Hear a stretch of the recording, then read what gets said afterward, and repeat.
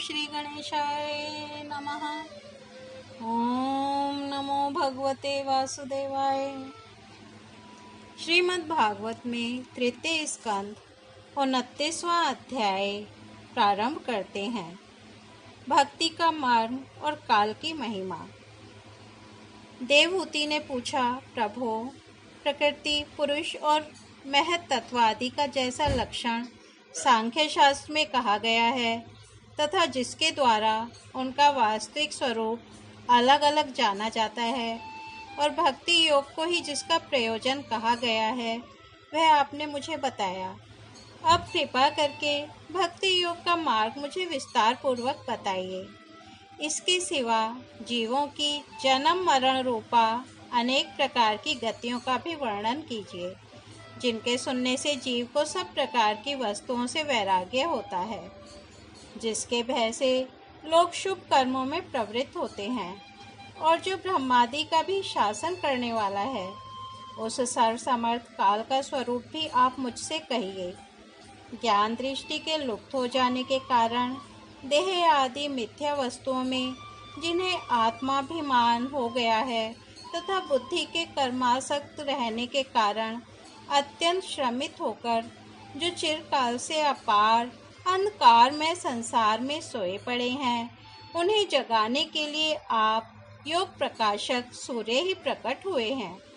श्री मैत्रेय जी कहते हैं, कुरुश्रेष्ठ विदुर जी, माता के ये मनोहर वचन सुनकर महामुनि कपिल जी ने उनकी प्रशंसा की और जीवों के प्रति दया से द्रवीभूत हो बड़ी प्रसन्नता के साथ उनसे इस प्रकार बोले।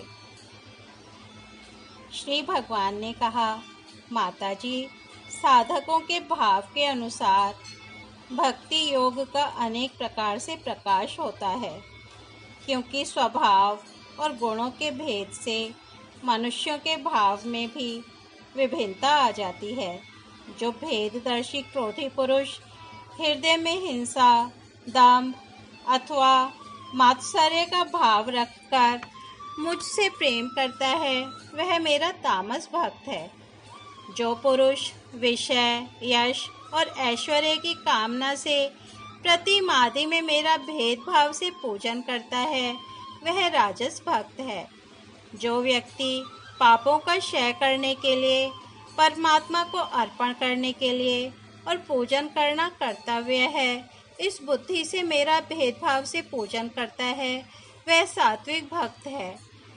जिस प्रकार गंगा का प्रवाह अखंड रूप से समुद्र की ओर बहता रहता है, उसी प्रकार मेरे गुणों के श्रवण मात्र से मन की गति का तैल धारावत अविच्छिन्न रूप से मुझ सर्वांतर्यामी के प्रति हो जाना तथा मुझ पुरुषोत्तम में निष्काम और अनन्य प्रेम होना, यह निर्गुण भक्ति योग का लक्षण कहा गया है।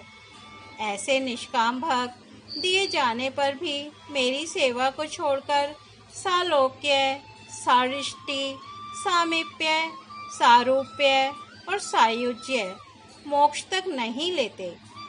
भगवत सेवा के लिए मुक्ति का तिरस्कार करने वाला यह भक्ति योग ही परम पुरुषार्थ अथवा साध्य कहा गया है।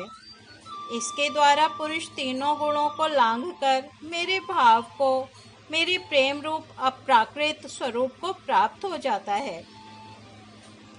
निष्काम भाव से श्रद्धा पूर्वक अपने नित्य नैमित्तिक कर्तव्यों का पालन कर नित्य प्रति हिंसा रहित उत्तम क्रिया योग का अनुष्ठान करने, मेरी प्रतिमा का दर्शन, स्पर्श, पूजा, स्तुति और वंदना करने, प्राणियों में मेरी भावना करने, धैर्य और वैराग्य के अवलंबन, महापुरुषों का मान, दीनों पर दया और समान स्थिति वालों के प्रति मित्रता का व्यवहार करने, यम नियमों का पालन, अध्यात्म शास्त्रों का श्रवण और मेरे नामों का उच्च स्वर से कीर्तन करने से तथा मन की सरलता, सत्पुरुषों के संग और अहंकार के त्याग से मेरे धर्मों का, भागवत धर्मों का अनुष्ठान करने वाले भक्त पुरुष का चित्त अत्यंत शुद्ध होकर मेरे गुणों के श्रवण मात्र से अनायास ही मुझ में लग जाता है।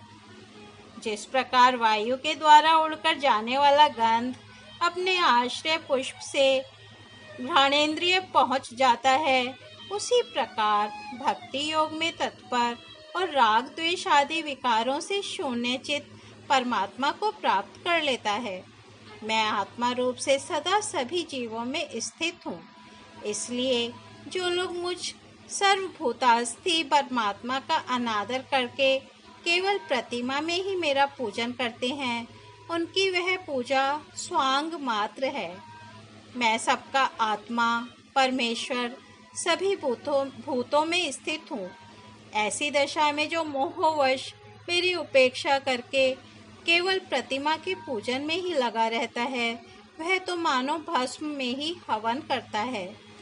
जो भेददर्शी और अभिमानी पुरुष जो दूसरे जीवों के साथ वैर बांधता है और इस प्रकार उनके शरीरों में विद्यमान मुझ आत्मा से ही द्वेष करता है, उसके मन को कभी शांति नहीं मिल सकती।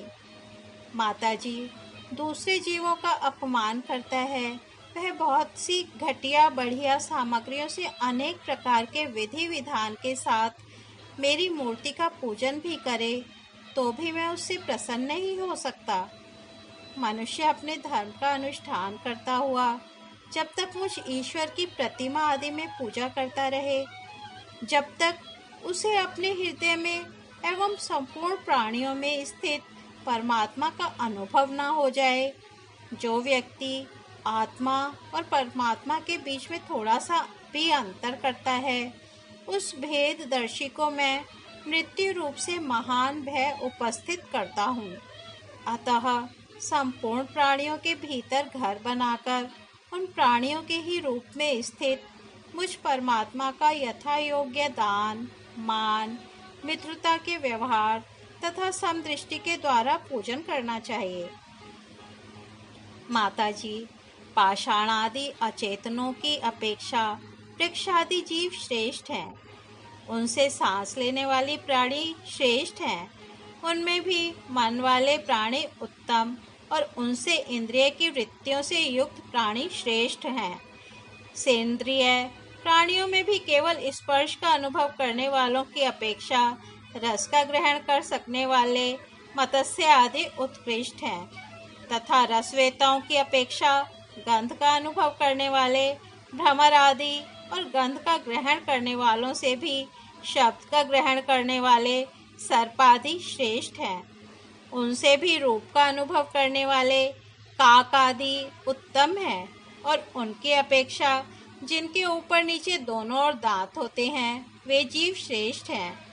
उनमें भी बिना पैर वालों से बहुत से चरणों वाले श्रेष्ठ हैं, तथा बहुत चरणों वालों से 4 चरण वाले और 4 चरण वालों से भी 2 चरण वाले मनुष्य श्रेष्ठ हैं। मनुष्यों में भी 4 वर्ण श्रेष्ठ हैं। उनमें भी ब्राह्मण श्रेष्ठ हैं। ब्राह्मणों में वेद को जानने वाले उत्तम हैं, और वेदज्ञों में भी वेद का तात्पर्य जानने वाले श्रेष्ठ हैं। तात्पर्य जानने वालों से संशय निवारण करने वाले, उनसे भी अपने वर्णाश्रमोचित धर्म का पालन करने वाले तथा उनसे भी आसक्ति का त्याग और अपने धर्म का निष्काम भाव से आचरण करने वाले श्रेष्ठ हैं। उनकी अपेक्षा जो भी लोग अपने संपूर्ण कर्म, उनके फल तथा अपने शरीर को भी मुझे ही अर्पण करके भेदभाव छोड़कर मेरी उपासना करते हैं, वे श्रेष्ठ हैं। इस प्रकार मुझे ही चित्त और कर्म समर्पण करने वाले अकर्ता और समदर्शी पुरुष से बढ़कर मुझे कोई अन्य प्राणी नहीं देखता। अतः यह मानकर कि जीव रूप अपने अंश से साक्षात भगवान ही सब में अनुगत हैं, इन समस्त प्राणियों को बड़े आदर के साथ मन से प्रणाम करें। माताजी, इस प्रकार मैंने तुम्हारे लिए भक्ति योग और अष्टांग योग का वर्णन किया है। इनमें से एक का भी साधन करने से जीव परम पुरुष भगवान को प्राप्त कर सकता है। भगवान परमात्मा पर ब्रह्म का अद्भुत प्रभाव संपन्न तथा जागतिक पदार्थों के नानाविध वैचित्र्य का हेतुभूत स्वरूप विशेष ही काल नाम से विख्यात है। प्रकृति और पुरुष इसी के रूप हैं तथा इनसे यह पृथक भी है। नाना प्रकार के कर्मों का मूल अदृष्ट भी यही है तथा इसी से महत तत्वादि के अभिमानी भेददर्शी प्राणियों को सदा भय लगा रहता है। जो सबका आश्रय होने के कारण समस्त प्राणियों में अनुप्रविष्ट होकर भूतों द्वारा ही उनका संहार करता है, वह जगत का शासन करने वाले ब्रह्मादि का भी प्रभु भगवान काल ही यज्ञों का फल देने वाला विष्णु है। इसका ना तो कोई मित्र है, ना कोई शत्रु और ना तो कोई सगा संबंधी ही है। यह सर्वदा सजग रहता है और अपने स्वरूप भूत श्री भगवान को भूलकर भोग रूप प्रमाद में पड़े हुए प्राणियों पर आक्रमण करके उनका संहार करता है। इसी के भय से वायु चलता है, इसी के भय से सूर्य तपता है, इसी के भय से इंद्र वर्षा करते हैं और इसी के भय से तारे चमकते हैं। इसी से भयभीत होकर औषधियों के सहित लताएं और सारी वनस्पतियां समय समय पर फल फूल धारण करती हैं। इसी के डर से नदियां बहती हैं और समुद्र अपनी मर्यादा से बाहर नहीं जाता। इसी के भय से अग्नि प्रज्वलित होती है और पर्वतों के सहित पृथ्वी जल में नहीं डूबती। इसी के शासन से यह आकाश जीवित प्राणियों को श्वास प्रश्वास के लिए अवकाश देता है और महतत्व अहंकार रूप शरीर का 7 आवरणों से युक्त ब्रह्मांड के रूप में विस्तार करता है। इस काल के ही भय से सत्वादि गुणों के नियामक विष्णु आदि देवगण, जिनके अधीन यह सारा चराचर जगत है, अपने जगत रचना आदि कार्यों में युग क्रम से तत्पर रहते हैं। यह अविनाशी काल स्वयं अनादि किंतु दूसरों का आदि करता उत्पादक है तथा स्वयं अनंत होकर भी दूसरों का अंत करने वाला है। यह पिता से पुत्र की उत्पत्ति कराता हुआ सारे जगत की रचना करता है और अपनी संहार शक्ति मृत्यु के द्वारा यमराज को भी मरवाकर इसका अंत कर देता है।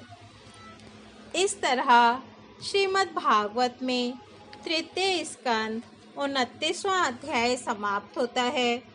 कल हम 30वां अध्याय देहे गेहे में आसक्त पुरुषों की अधोगति का वर्णन सुनेंगे। तब तक हम यही विराम देते हैं। हरि ओम